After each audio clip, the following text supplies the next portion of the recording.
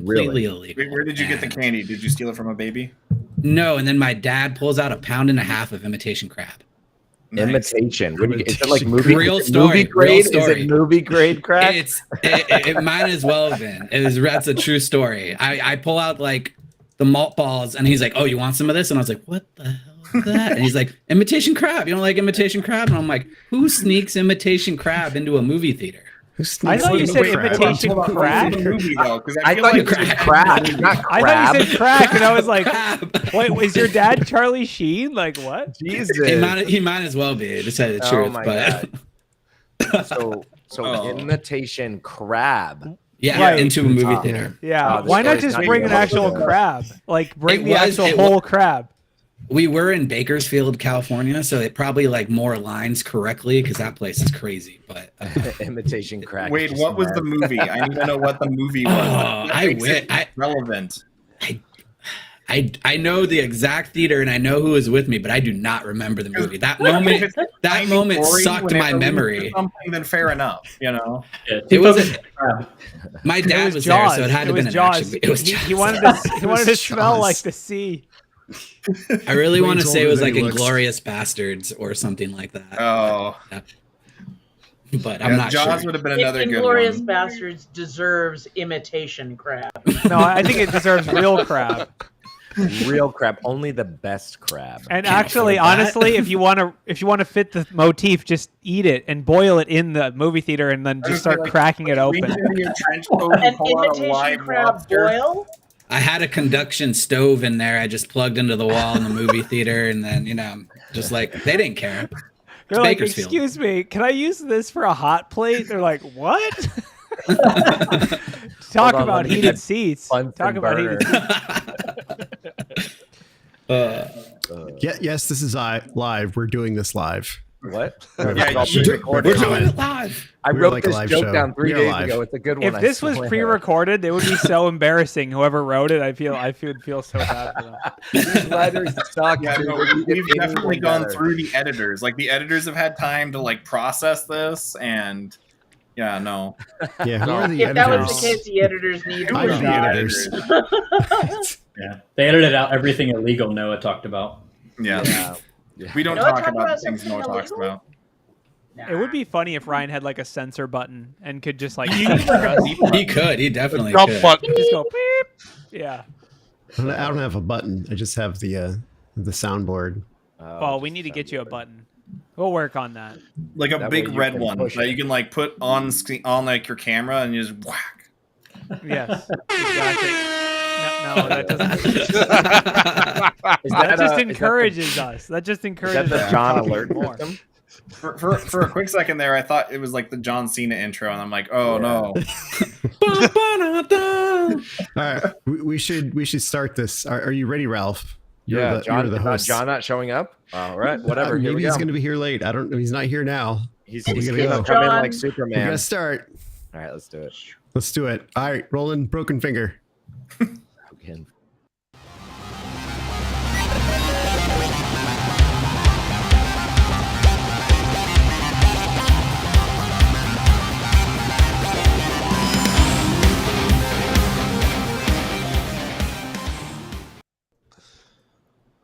Welcome to Black Hills Information Security, talking about the news. I'm your host today, Ralph May. John is out saving the world. We have a huge Hollywood Square cast today. It's so many people. I know, right? I'm gonna have to hold on. Let me just get my banjo out so we can start playing out the names here. But no, seriously, we got Ryan who makes it sound great. We got Mike back for another ride. We got Jesus Christ, Brownland. He's the new guy. Oh yeah, the new guy. Well, hey, new guy. Who are you? So I'm Hayden. I work in the SOC now. I started last Monday. Excited to be here. Oh, well, we're excited for you to be here too, buddy. Yeah, thanks. This is how we meet each other on BHIS during live shows. During live streams. Never seen this guy Because before. it's news to us. Yeah. that One I there's was new- really being at. No one I told me I thought had we're to just- new we're not going employees. to bring him up and just be like, well, I guess you got the link somehow, so we're just letting it ride. Yeah, if you didn't work at We didn't tell you BHIS this is before, not actually the news. It's just an elaborate scheme so we can haze you live. So. Yes. If I got in here without being hired, y'all have to hire me as a tester then. Oh, true. All right. yeah, if Yeah. you get on the show without actually working here, then you get hired here. Yeah, this is The actually the weird new chicken and interview egg thing. process. You got to come on the news, and if you make it through, we'll consider. That's a really bad idea. There's going to be a bunch of people getting on the news right now, and we're all. Wait, Not official BHIS policy. I'm just going to mark that right now for the record. Oh gosh. So we also got Noah back again for some more pain and suffering and hanging out, and then Lord I'm definitely- Monopixel to you. and we monopixel to you and everyone else on the show. We also have Corey, which I don't know how he got the link. Can we please change the link? Is that possible? It changes every week. I don't know how he finds it. He keeps finding it. So, we also have Wade waiting through the logs over there, trying to keep it cool, right? So, and High five. yeah, I high can't five. do it. I don't know where the left side of the camera is. And Bronwyn's I'm holding on here Hayden as up. well. Hi, Hollywood Square style. So, anyways, what's happening? What's going on? We're back from Hacker Summer Camp. Everyone got COVID except for you, Ralph. Wait, no, it's the other way around. You Yes, got COVID. I literally was at Hacker Summer Camp getting COVID. Everyone got COVID. That's the new thing. Instead of DEF CON got canceled, we got COVID. No, So I you was didn't- I- is there a badge? 2022. Is there a Yeah, badge the for COVID that, for badge. getting COVID? Yeah. No. The COVID. I remember going to DEF CON before COVID, and I came back with a case of The before you. Confed so bad, laid me out for a week. A one and only time I've ever been to DEF CON. And it was awful. Fever, chill. Yeah, there's like, special no fun. hangovers. Yeah, I was gonna say hangovers are the worst. Walking to Oh. that those suites in like 103-degree weather, just completely drenched in sweat, hungover. Yeah. Nothing Never a fun says- time. Nothing says beautiful like a hotel breakfast on a hangover. Oh, The delicious. the Hooters hotel was the worst. So Hooters hotel. Oh God, yeah, no. what a transition. So what happened? Is there any news? Did anything So, all I right. can make a any? comment. Did anything actually happen at DEF CON and Blackhat? There was, was Let's read the recap. The recap? There is a recap. Yeah, there's a recap article. Let's go Yeah, to the recap. They hacked So that- my new ISP. that was just for Blackhat though.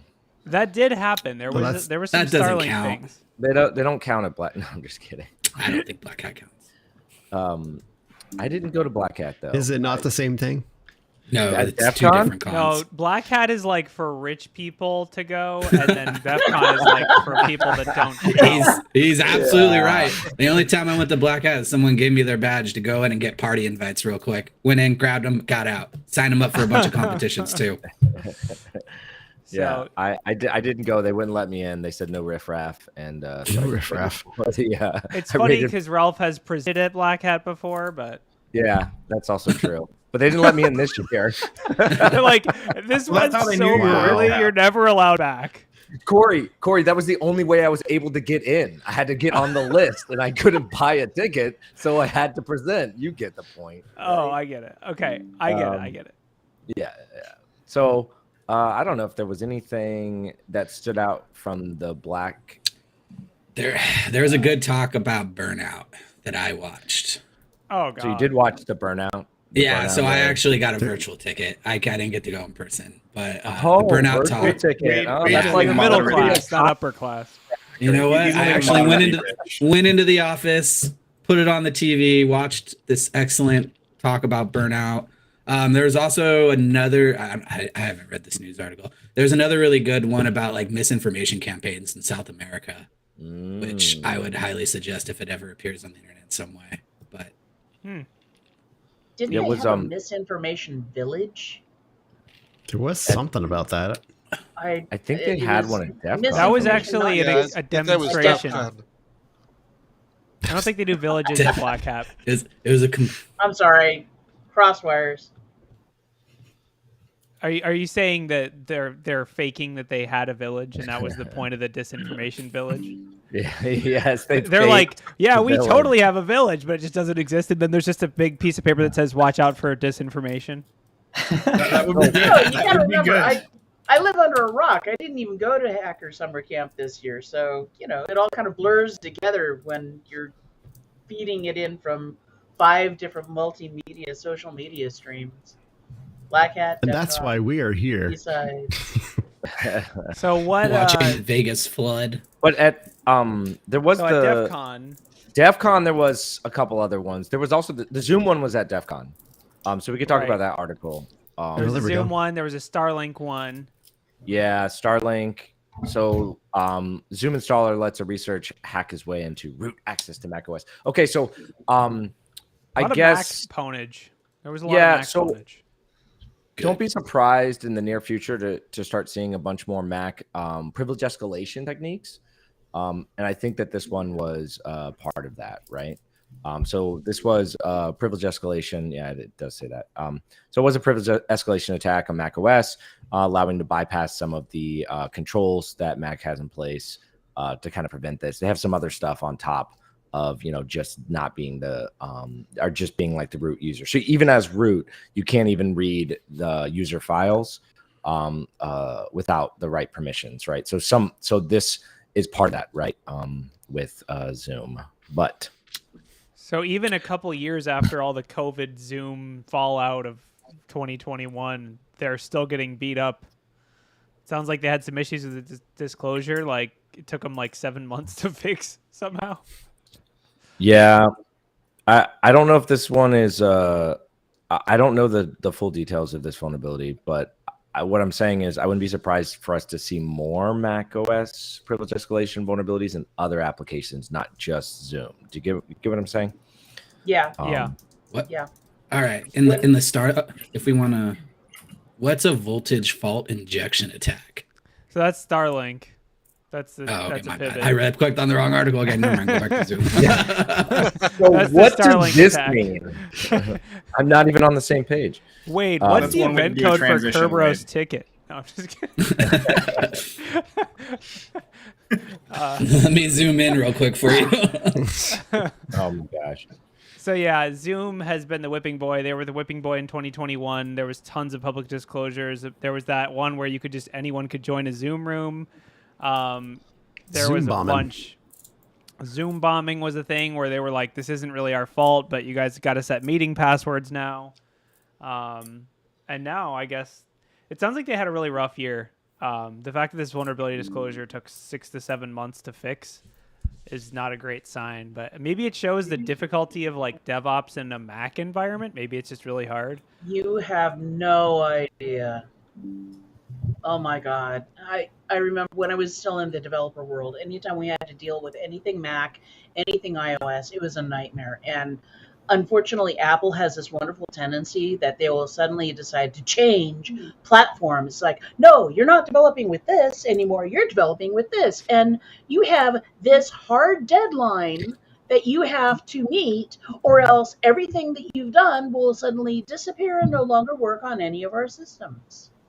Yeah, they're really good at that because they did that when the sign in with Apple thing came up, as they started demanding that, if your app is going to be on our store, you have to, by this date, have sign in with Apple. And I don't remember how much time they gave people, but that was, if you're a smaller group and you all of a sudden have to rebuild in this like Apple authentication thing into your app, that's going to put a time crunch on you for sure, because I think they threatened to pull it. And I don't know if they followed through on that, but if they pulled your app because you didn't authenticate with Apple and provide that as an option, that would suck. I think the moral of the story here is if you're Zoom and someone reports a bug, fix it before DEF CON at least, because this is one of those ones that they disclosed it in December and then it wasn't fixed, or it was partially fixed and it was still vulnerable, and then they were just like, well, I'll just drop it at DEF CON and now it's fixed magically. Isn't that amazing how that works? It's been 3 days and now it's fixed. This is the time of year where a lot of researchers who had vulnerabilities or they found them over the year, they wait and then they disclose them. They had already disclosed them to the vendor most of the time. They've been patched and they've been waiting to publicly, They're as opposed waiting to, for they're waiting for the fire to be like, wait until you can feel the flames of Twitter. the flames of Twitter. This is a Yeah. reactive security policy is a red flag, right? Classic. Yeah. There was the other one too with Discord. So all right, this is not Discord specifically, but a researcher found a vulnerability that affect Electron. So that's pretty much every app now. It's just one big web Electron, app. Teams, Yeah, a bunch of others. Slack. Yeah, exactly. Yeah. So this is already patched. So don't worry, it was only vulnerable when you didn't know. So now that you know, everything's okay. If you're updated. If you're updated. I never reload the website. When it says you want to update, I'm like, no. You never know what you're gonna get. I'm just kidding. I see you're a typical user. I know. I see you've read the EULA. Yeah, I mean, Electron, JavaScript, all that.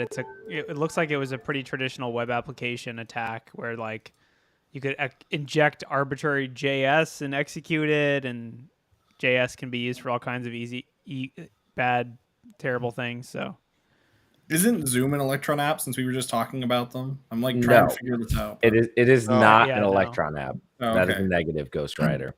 Never mind then.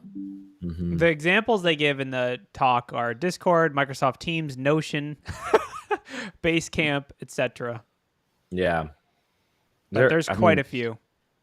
Many apps are ran as Electron apps because they're just a web app with some extra, GWiz features, like I don't know, uploading a file via. Isn't Bloodhound an Electron app? Yes, Bloodhound is an Electron app. Yeah, it was vulnerable to this attack too. Good thing. No. Yeah, that's great for all of our clients that are running Bloodhound boxes. Oh wow! let me go uninstall Bloodhound. Yeah, I gotta go patch my Bloodhound immediately. Yeah, so I mean, obviously, Hacker Summer Camp, a lot of vulnerabilities probably did get released. Excuse me. That have been researched over the year, at both events. But there was a lot going on. So I think you should look at the Starlink one. It's a lot more interesting. Yeah, we could talk about the Starlink one is interesting. It's like Modchip's first satellite. $25 hack, and then it's a hardware hack, so it's basically impossible to fix, right? Because they'd have to send everyone new devices.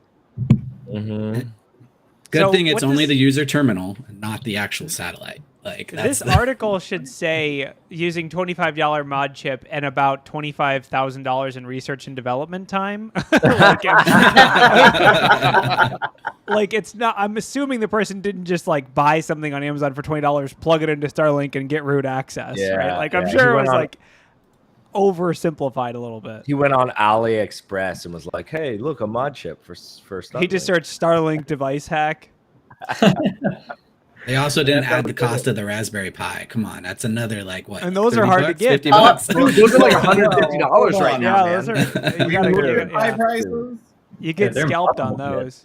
Yeah. So, does anyone know the details of this attack? I'm not like a hardware hacker personally, but I heard Noah is. All right, so the Modchip, or I'm not exactly sure how he put it on there, but I remember like the Xbox Modchip days, pretty much, right? So you're gonna get in line to some data communication, right, on the on the board that is there, right? And in this particular case, he was able to start accessing like more underlying host, like the actual features on the I'm assuming it was in the actual antenna, right? But it could have been in the other device, which is the the modem, and they actually control each other, right?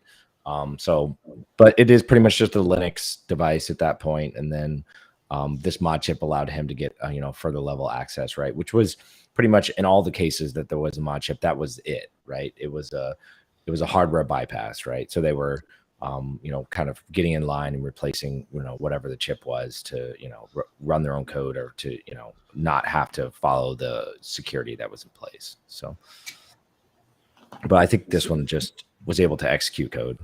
So these voltage fault injection, I believe what it does is it like abuses the boot process of devices. So you can temporarily short a device while it's booting up, and that can cause processes to be interrupted, which means that security or other like scripts that are supposed to run to lock things down don't run, and that can lead to you getting access.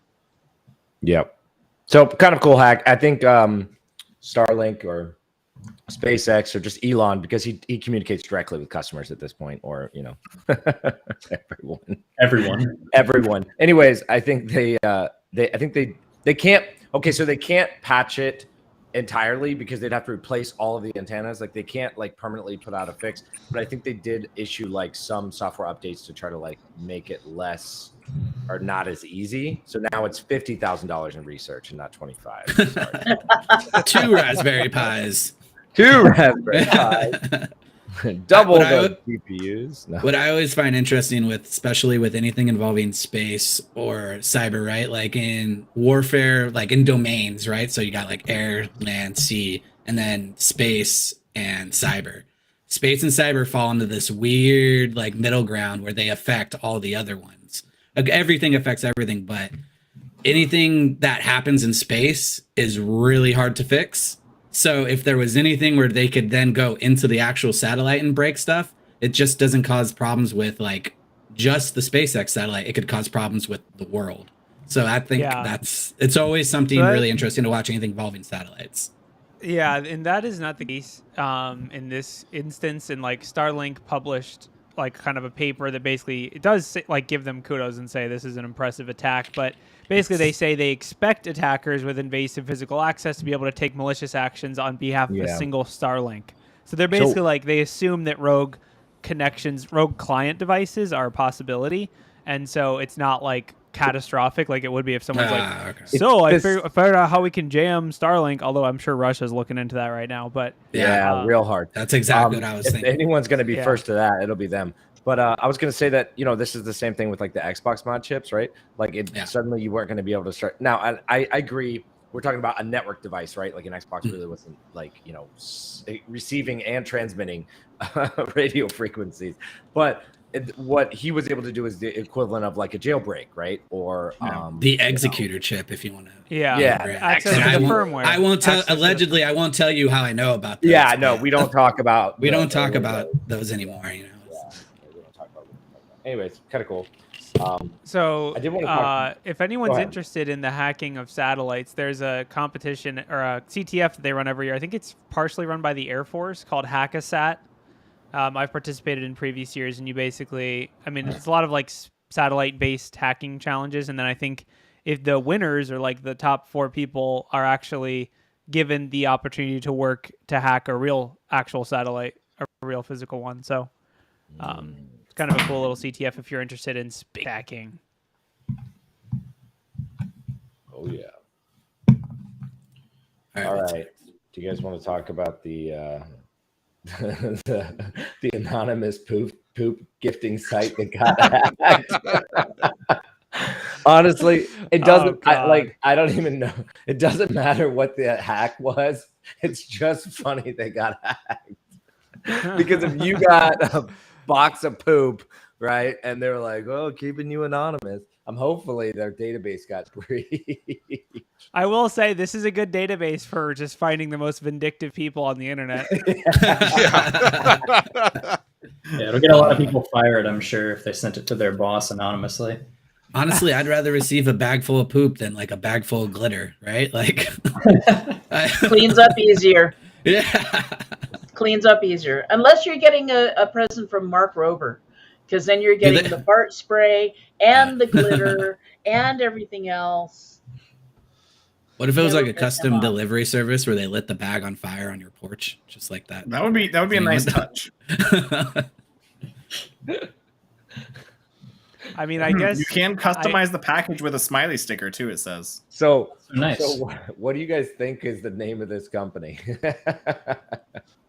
They really didn't get very clever. I know what it is, but yeah, now you can see. I don't. Poops for you. I don't. Poops for you. Yeah. Well, if you were coming up with a name, what would you went with? There was one called poopsenders.org for a while, but I guess this one's Shit Express. Wow. Yeah, I don't even. Not- I mean, I guess the process is simple. 1, choose an animal. 2, give us an address. 3, pick a sticker, and 4, pay with Bitcoin. I think the funniest thing about this for me is that the person who breached it, or at least one of the people on raid forums, is like, I'm in this database because I sent shit to someone. No, I guess it's like kind of a. I guess this was like almost like more of like a turf war thing that was going on. Yes. And Fecal injection. Yeah. And it was Fecal injection. fecal injection. Oh my No. god. No, I can't. Were they using SQL Express or Shit Express? Oh, don't- I thought you actually said fecal injection, not sequel injection. I thought you were going for the poop joke, Corey. My bad. You could have claimed it instead of what you said. Fecal, Fine. fecal Oh, no. Oh, The Russians got it. They got SpaceX. They got SpaceX. Oh no. No, I'm still getting data dropout. It's just You should hack your client. Yeah. no. Raspberry I Pi have and 50 trees. grand worth of research. I have trees. No, he already published it. Oh, we're good. Yeah. Yeah, trees are a big deal with Starlink. One pull That's request. fun. Shit. So are Granite Mountains. Yeah. So Yeah, basically, there's 29,000 orders. That's a lot of shit. okay. Can you imagine running one of these sites? Like, it starts as a joke, right? You're like, haha, what if, lol, it'd be funny. But then you realize you're sending out 29,000 boxes of poop. You're like, what am I doing? What is my day today? What have I kind of- done with my life? Like, where did I you need get to all go this to- poop from, too? Yeah, Like, you're like, you're going to the Exactly what I'm zoo. thinking. What- You're going to the zoo. You're like, do you guys have any elephant poop I can buy? Like, What kind of? like, how do you? What is the business model? Like, how do you pitch this to investors? I would say would that be I all would over definitely it. charge extra for exotic poop. Like, We're looking at vertical integration. We're actually going to get some lions and elephants no, to have. Oh, I think okay. the if neatest you thing invest about in this.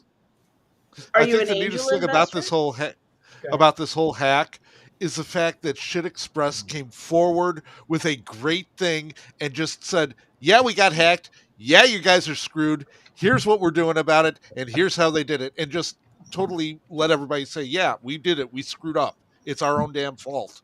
We made a mistake when I programming." mean, something tells me the person running a site to send poop to people doesn't take themselves that seriously. seriously.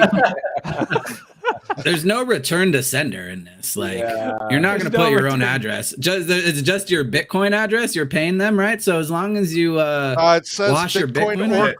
it It says says credit Bitcoin card. or credit card. That's why I use those vanilla. So just like, someone else's come on, credit people. card, a stolen credit card. Yeah, right. You really So want one to of the- BHIS, you could have them like when you send it to someone, you could offer for them to pay you more to reship it back to whoever sent it to you, just like a return. Oh, dude, that's a great. You need to go talk to Shit Express right now. This is coming towards you. If you want to deter it away from you and send it to the person who sent it to you, send us $25. Yeah, A it's like a shit bidding retort. I mean, I guess this is a good lesson in OPSEC too, because if Yeah. you're using your real email, name, and credit card to send someone poop, you probably don't know about this poop sending site. So, like at that point, you're just going to DIY it, right? Return from. DIY. Oh, I thought you meant mean- DIY. I thought you meant you send them your own poop. I thought that's what you were meaning with that. At that point, why go across? You could just physically go in person, right? I mean, You save honestly, yourself- you want homegrown organic Yes. poop, which is, The poop in It's the gluten picture free. looks like good poop. All right. You cut out the supply chain at that point. You're your own supply chain. Exactly. I think the most shocking thing about this is the most shocking thing is that 29,000 people decided they were willing to spend money to send poop to someone. That just shows you. And I bet you like half of that at least was Twitter arguments, right? It's just internet raging back and forth. I really want to know though. Like, I want to take this data, sort it, like do like a unique count on it, figure out who got the most of that entire data set. Oh, okay. Like, who had the most repeats? I already have the data. I'll look for your address in there. Okay. Now. Yeah, who has hated the most that just got sent tons of it? Probably This Trump, person right? got They're all going. 1,200 different individual bags of poop. It So- would There's be an interesting animal to button run on some it? min-max analysis on that. Right. Yeah, do some You can AI either choose searching. horse or elephant poop. Yeah. Those are the two options. Well, it I I think wasn't if there someone was sent me like more. some tiger poop or some super cool poop, I'd be like, all right, that's pretty cool. Thanks for the tiger poop. I think Never there- am I yeah, ever there- gonna get tiger poop in my life. I am surprised we've devoted this much time to this article. Yeah, I'm sorry. Yes, I know, But Corey. it's- The jokes are just plentiful. The right? jokes, they hurt. It just Yes. hurts. And All so, but hey, speaking of turf wars, though, moving on from that turf war. So the Lockbit, Hive, and Blackhat attacked an automotive supplier in a triple ransomware attack. So I think they were all three there ransomwaring them at the same time. So I mean, it pretty much was blood in the water, and they are gonna have to pay 3 times. It's like That is triple. brutal. triple And this is why you don't expose RDP to the internet. What? Is that how they did it? Yeah. Yeah. Exploit a Firewall firewall misconfiguration. misconfiguration. Using an RDP Well, wait. It connection. doesn't say it was Okay. on the internet. It doesn't say it was on the internet. It just says they Okay. exploited a firewall misconfiguration to RDP to the DC, which could be What? internal. It's got RDP in it. It I'm could be. counting that. There's a It's got misconfiguration RDP. somewhere. Here's So the interesting this thing when we guy say IRs. things like misconfiguration. Like, I just want to draw attention to this for a second. So, like, if you put RDP directly to the internet and then you label it as a misconfiguration, is it really a misconfiguration? Or did you 100% intentionally Yeah. make that firewall rule? Well, I didn't mean It does to say get initial hacked. access via RDP. It does I say just initial listened. access via RDP. Yeah. I just That's listened to that Darknet Diaries where the police station had their RDP open to the internet and people were logging into it and it was the domain controller to check their email. Mhm. This is the same thing. Well, it Same wasn't thing. just the police station, though. It was also, like, the entire, like, city. Yeah, it was the It was, like, domain the mayor controller. was logging into it to check his email and stuff like that. Why? There's so many questions I have there that will never be answered. But oh god, like why can't you just check your email like on a website? I guess it's funny It's not because as it's secure. fun. I feel like we would warn someone like, oh yeah, I'll get breached by like 3 ransomware actors at once. But now it actually could happen. We have evidence and proof that it has happened.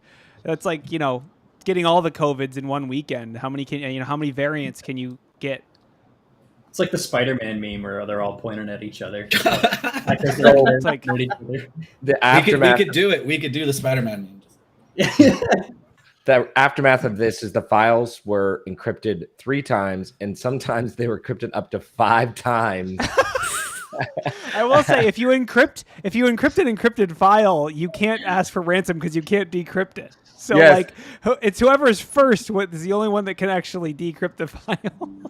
Both What's groups the best kept part? Like, you finding have to, like, files sit there as without the the admin. Let's say you pay these ransoms, right? You have to sit there as the admin and be like, okay, which one went first? That's what I was thinking. Like, So who's gonna get paid? Okay, so man? I've unencrypted this file, I think. Yeah. Time They're for the like, next oh, sorry, one. we can't help you. You're gonna have to talk to the other ransomware group. They're you Yeah, get like, them all hey, on your a Zoom encryptor doesn't call, work, right? Joe. Wow. It definitely work. You on need a a Zoom negotiator. It's Ransomware on a Zoom negotiator. call. Or, If you do hire a ransomware negotiator, do they negotiate all 3, or do you have to hire 3 ransomware No, negotiators? you can bring in Somebody one has dude, to you put put this all in in, a CTF. he handles the whole thing. there's a right? bulk discount. There's a bulk There's a discount. bulk discount. Yeah. Oh, that's nice. Somebody Good deal. has to put this in a CTF. Because if you don't get it in the right order, you're still hosed. I feel like this is a common CTF where like they give you a file and they tell you, all right, this is like a file, figure it out, and then like you unzip it, and then it's like, oh, it's also encrypted. Then you have to unencrypt it, and then it's unzipped again, and then you encrypt it, and then it's like the files are in the computer right next to this file, and you're like, wow, that's happened to me several times. So I guess moral of the story is don't expose RDP to the internet, or you'll have 3 ransomware actors encrypting your stuff all together at once, like some kind Don't of terrible. misconfigure. Don't misconfigure RDP to the That's what I was internet. just saying. I stand by Configure. browsers are evil. RDP is worse. Awful. You know Don't what? do Let's it. just get rid of all GUIs. Let's just go back to full command line everything. No. Yeah. Mhm. Anything that gives you a direct line into a remote system, you just, I mean, sorry. We'll keep telling that though. We'll keep telling Keep down on that. Yeah, we need that though, right? I will. I not to go back to the poop senders thing, but Oh, here we go. I Not just this shit noticed. again. So the only the only thing I want to say is I just noticed that the notes that people would send are also in this, and so I'll maybe publish some. I don't tweet, but maybe I'll publish some statistics about the most common words that people would include with a box of poop.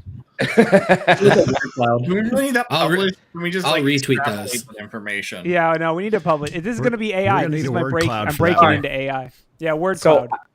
I saw this. I saw this one last week, and we don't spend that much time on it. But there is a guy who is who. All right, so there was a guy in Michigan. It looks like he was in rural Michigan, and he started his own ISP because he had such crappy internet in his area, right? And I he love was that actually story. My Yeah, kind of guy. he was actually kind of successful. I mean, like he wasn't like doing this to make a ton of money, but he actually got a grant to expand to 50,000 homes. Yep. A 2 government grant. There's like $2.6 million to run. The fiber story was to it. supposed to be for John. This is Yeah. amazing. This is. This well, isn't the Ralph first time and this I. has happened though either. Like this has happened several times. I actually looked at doing this because like where I'm at, like there's some really bad internet down here, and my parents needed some internet and stuff like that. I've talked with some of the nerd herders that have done similar things for like their own stuff. But yeah, no, like this has been done before a bunch, but it's still super cool when you see it popping up. Like, I mean, it's like you can just do it with like Ubiquity gear. Like you for like less than 10K, you can like get into this. Just Yeah. remember, power And this- corrupts. All right? Right. Don't become the ISP because that's what Yeah. happened in my hometown. Right. The Don't dude become made the internet, and next thing you know, I downloaded one song too many, and I had a data cap in 2017, and it wasn't a fun Well, time. He was I the think That only internet person in should the never land. have started an ISP. That's that. You can't start an he was ISP smart. if you're. He was smart. He made so much money. In this case, though, this was all fiber. There was no wireless or anything like that. So he's running Sure. fiber to all the houses and stuff. So That's it is I would say that's sustainable. harder, right? It is harder. That's It way is more harder, impressive. but it's obviously faster. And the other thing about the fiber runs is that you don't have to rerun the fiber to increase the No. speed in the future. And there's a lot of and dark that- fiber just well- already run. There's a lot like a lot of ISPs have collected government money to run fiber and ran the fiber and then never lit it up. And then never used it. That's a good Twitter handle, dark fiber. Dark Someone- fiber. I'm someone sure jump it's on Let me go that. see if it's You're gonna available. be dark It's not. fiber 42, dude, Yeah. for sure. I like how you just said, Ralph. Like, you don't have to like run more cable to like get higher speeds, but like just wait. Like, give it 15 years, and we'll figure out how to like put binary data into the speed of light. Like not faster than the speed of light. Quantum. Time traveling. Quantum, yep. Yep, quantum cables. Quantum cables. And Oh, you'll well. still only be able to download Warzone in 3 hours.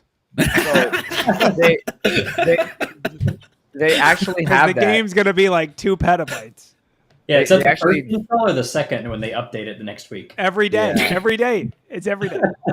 So it's actually they do have wireless quantum, and it's called it happens with quantum entanglement, right? And I know zero about quantum. I just read a story about like how this is possible, or that they were getting close to this. I think Einstein called it like spooky something at a distance. But anyways, if you entangle two atoms, right, that like they get like entangled, like what you do to one atom will do to the other atom on the other side. And Right. the idea is they were able to, all right, in this article, which I'm now gonna have to go find the article. It's like a Chinese satellite. They were able to actually do entangle two atoms and send data at like a very short distance. But the theory is that you could send it at that once they're entangled, it doesn't matter how far they are apart, right? And no one knows. No one there's no way. No one knows why they're connected. There's no RF. There's no no one knows what that makes that connection be like the most secure communication ever. Ralph, you never read Ender's Game. Yeah. We can really So- tell right now, So okay, basically, we usually discuss quantum physics on most of these shows. It's a pretty common topic that comes It is, up. yeah, it really comes up. In Noah between, posted like, the RFC concepts of for it. nuclear fission and no, like I mean, RFC 1149 is very similar to quantum internet transportation. Quantum Internet Protocol. Yeah, no, pretty much. I don't It's think it is basically- actually. No, it's pretty much the same. Well, I mean, I'm not either a way, physicist. Wild did you guys Grayson hear is a that kid. Slack was exposing hash passwords for years? Oh yeah, we didn't talk about that last week. We should. Yeah. I thought I'd bring it up. This So brings I up guess- a good question. I wanted to ask: how often do you guys, as an attack Slack? I think this would be a good topic. You know what the funny thing is? I would attack it more if I found more indications that a company was using that exclusively. And most people now have just moved to Teams because they're like, Teams, why pay yeah. for Slack? Which is why Slack is suing Teams ipso facto. Maybe it's a monopoly. Yeah, But, I haven't yeah. seen. I have never done a test for a client that used Slack exclusively. A lot of the times people use it, but it is like a back channel, random DevOps team uses it, or like it's. I've never seen anyone using it at scale with like this many users. But so, what was this vulnerability? They were sending the hash passwords and I think password resets. Yeah. And I guess they were hashed, right? But nobody knew that they were getting them, and this had been going on for a while. Yeah, it was in the password reset link. But yeah, just a slight slip up there. Maybe somebody, but I mean, it would have been hashed. They were hash and salted. But I mean, obviously, you could still try to brute force it, right? So This is why you put honeypots or honey tokens in Slack. Well, you're not going to see the hash, but that's one thing I do. So yeah. So I don't know. Whoops. It's like when you change your password and they send you an email, your password has been set to this. You're like, oh, cool. That's Cool. I don't like that. Cool. Now I know that you actually didn't do anything with my password. It's just a clear text in some database. No, hold on. It'll take me 20 minutes, but I'll explain how it's secure. It just takes a minute. But I believe this password reset hash issue with Slack has been remediated. Oh, Did absolutely. Did we talk about the Twilio? We should probably data talk breach? about the Cisco one. Should probably talk about We did talk about the Twilio one, which is ironic because they got SMS phished, and that's the company I always use for SMS phishing other clients. So we only talked about Twilio after we were down though, because we didn't talk about it on stream. Well, let's Are talk you about sure? Cisco first. yeah, like talk about that. Cisco. Yeah, That's about the big what we boy. didn't After talk the about. broadcast ended is when we saw the Twilio link. The ironic thing about the Cisco one is that the best, as Wade showed us, the best write up on this is by Talos. So Cisco knows a thing about what happened to Cisco. Cisco shares information about what happened to Cisco. Yeah, So what happened, Corey? What do you know the Cisco? I don't. What I'm was sure it? Wade does. He's a smart guy. Wade has got it. Man, I read it like when it came out on May 24th, 2020. Voice phishing. Oh, it's gonna Well, start okay, from so the it top, says- guys. Hold on. No, It so says voice they phishing. they came in through a user's computer, and he had cached creds in his Chrome, and then used his cache creds, got through a VPN'd in, had him click the OK in the MFA, or Well, either he had put- him click yeah, OK. he vished. They had And to then- convince the employee to accept. Yeah. They One kept sending him MFA tokens and requests until he got so tired of it all that he just clicked. He got tired of getting all of them. No, they called him. It says it's conducted a series of sophisticated voice phishing attacks under the guise of various trusted organizations attempting to convince the victim to accept MFA push notifications. Ultimately succeeded, granting access to the VPN. One thing I thought that was pretty interesting is they talked about how long they were in the network. They were in there for a while, but they knew that they were in there for a while, but they also were watching them in the network for quite some time. And I think it was more of just to track the attackers to really see what they were doing. But for me, it almost felt like an underlining tone that they were trying to really figure out who was doing this. There's more of Attribution, right? Exactly, right. And they're probably So- already talking to law enforcement. And my first thought is like, Cisco knows how to network, right? So hopefully they did sometime. I would believe that if anyone could do it, it should have been them. But who knows, really? I You think they're will using admit ASAs this. for remote access? Just kidding. No, RDP. No. RDP. No, they open the RDP through the ASA. Come on. Okay, so it's only right. So it's secure. But I mean, I think the thing here, like this reads like totally like a red team, but it is interesting in the blog post that they attribute it, well, partially attribute it, right? In the actual disclosure, it says this: we have medium. What does it say? It says we have medium to high confidence that this is related to initial access brokers and possibly Lapsus group or whatever. So it's like if a company is going to attribute it in the vulnerability disclosure, that's pretty insane. Like that, they must have had pretty high confidence because that could come back on them if it was wrong. Yeah, so either they know or they just took a wild guess based on some stuff they saw. Yeah. or based on who was cool at the time. Yeah, whoever was in the news the most that week. Well, so If you they called don't out know- Lapsus, which is not really cool anymore, right? That's like everyone. I thought that was all Yeah, people they're got like- arrested. Or Well, whatever. it takes a while to go through edits and everything, so the like at the time they check it like, oh, so and so got hacked by Lapsus. Yeah, we did too. And then like 2 weeks later the report comes out. Fun. Never mind. I want- Y'all don't get my jokes. We don't work in the SOC. Is that a SOC joke? Is that for SOC people only? I don't know. I was reading. I'm gonna pretend like it Missed is because it works. We'll edit it out in post. There Yeah. you go. The editors Yeah, will we take care were. of it. What editor approved that line, Noah?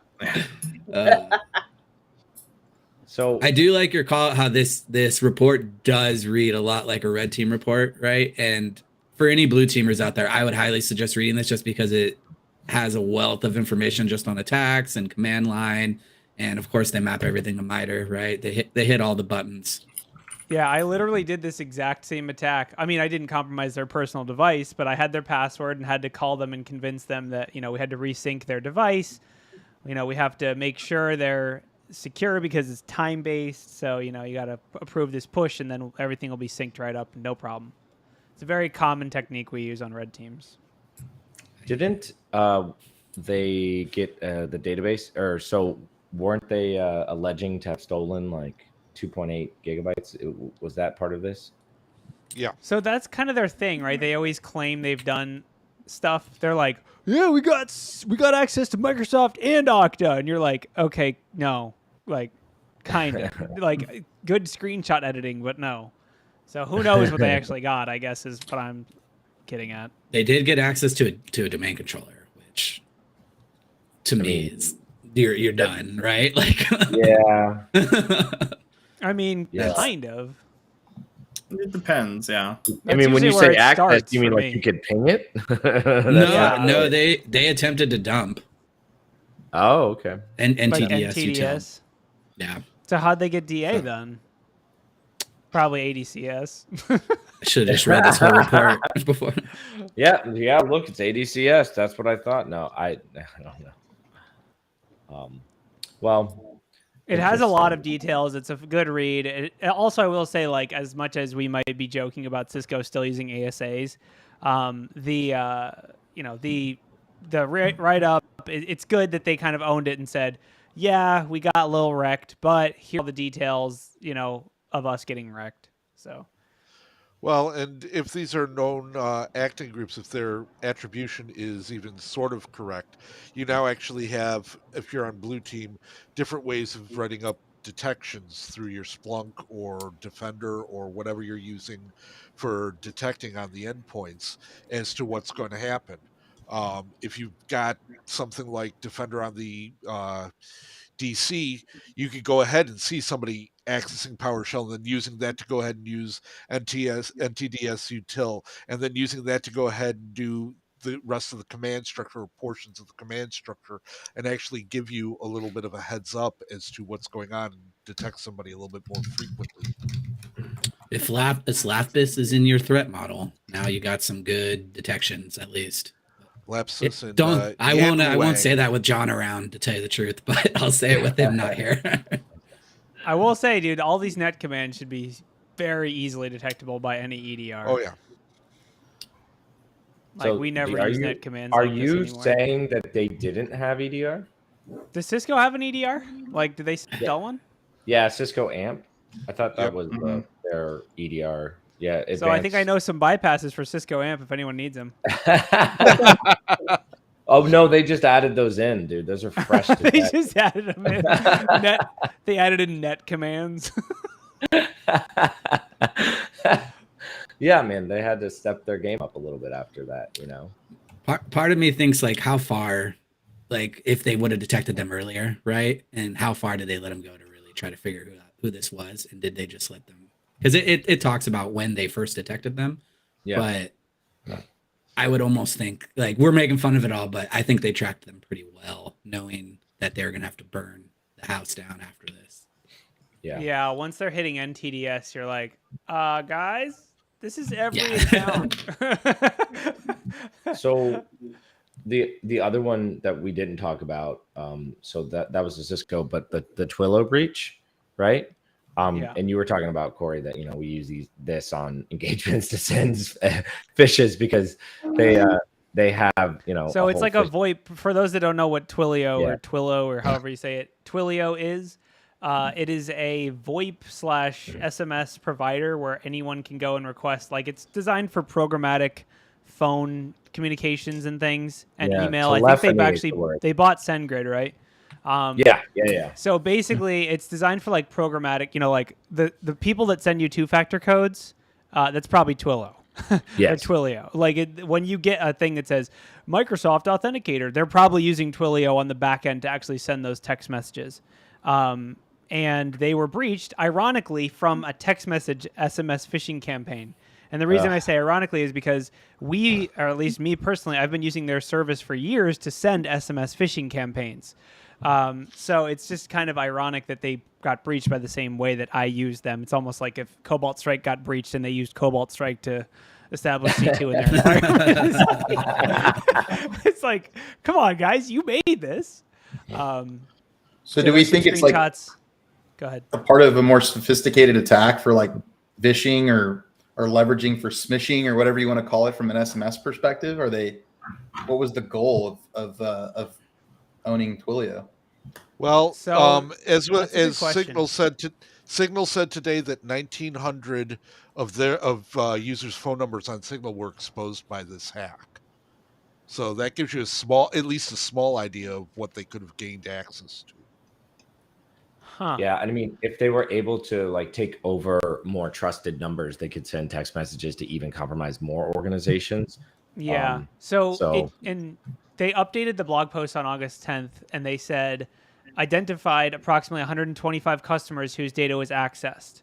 So it looks like the people that got in were going after specific customers of theirs, which makes it feel more sinister that they were going after specific people. It could just be like, oh, clicking through here. But I'm assuming it's like you said, they're trying to actually look at individual accounts and maybe use it to, send text messages or get auth. Like if you get like the auth key for like the webhook for sending text messages from Microsoft or something, like that could be very bad. Yeah. Or emails too. There's a lot of phishing vectors too. So Yeah, I mean, it makes you think like, were they going after persistence somewhere else, like, and using this to gain persistence, and then what did they gain? And, right. how do you remediate? Yeah. I mean, they were also. Go ahead. I was just going to say there was also a Hacker News article, and so I guess Cloudflare was getting what do you call it? The same text messages. Oh, interesting. Yeah, and Cloudflare was able to block the attack. So, what do you mean, block the text messages? Yeah, now I'm remembering the Cloudflare, like they tried to attack Cloudflare, and Cloudflare was able to like deny them access through some. It almost sounded like an ad through some other 2-factor roadblock. So right there. Yeah, so this I mean, here says that Cloudflare was targeted in a similar attack, Yes. but it didn't get compromised because they had hardware security keys. There you go. Yeah. Yeah, so they had like similar messages. They were also getting attacked around the same time. So Yeah. So They were yeah, just- I mean, they I were think like-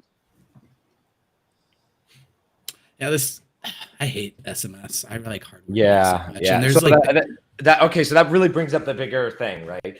SMS is not a good two-factor platform, right? This is there. Well, there's we- still banks SMS out is not there a valid platform for anything other than hey, love you, talk to you tomorrow. Like, so this goes back to no a really secure good information.